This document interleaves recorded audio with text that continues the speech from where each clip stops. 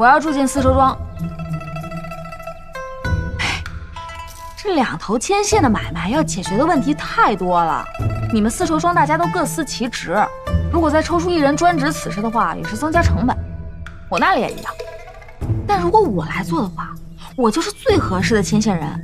2头我来跑，问题我也解决。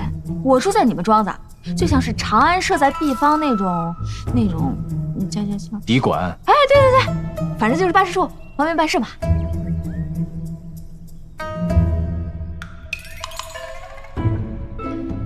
也不是不行，不过，你要我做什么？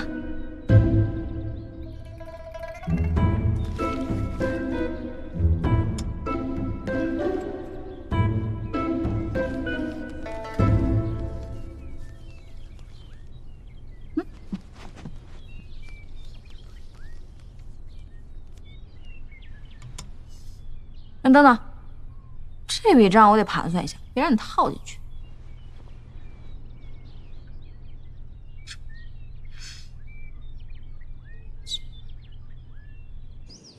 这么久了还不出来，到底在干什么啊？姑娘一定要留下来啊，要不咱们可没办法跟兄弟们交代了。我跟你说，没事，只要不是衣衫不整、头发凌乱就没问题。主子一定要把她留下来呀，要不我怎么天天见到我的亲妹妹呀？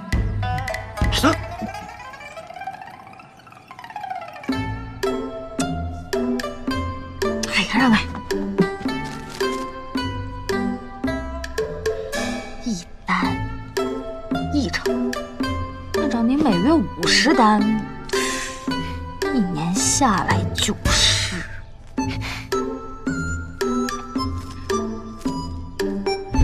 乖乖，这1年下来我妹可以拿10几万两。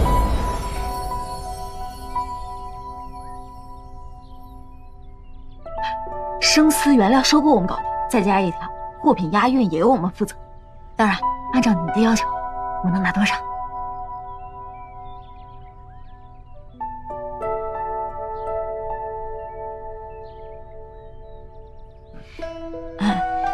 我走开。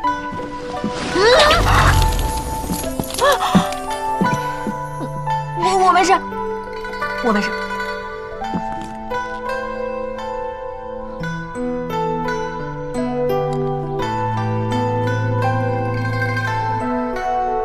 你还好？你出去吧。那合作？我答应了。好嘞。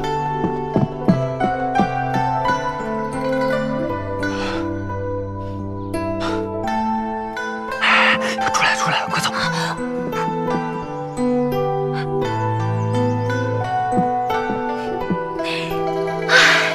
衣衫不整，头发凌乱。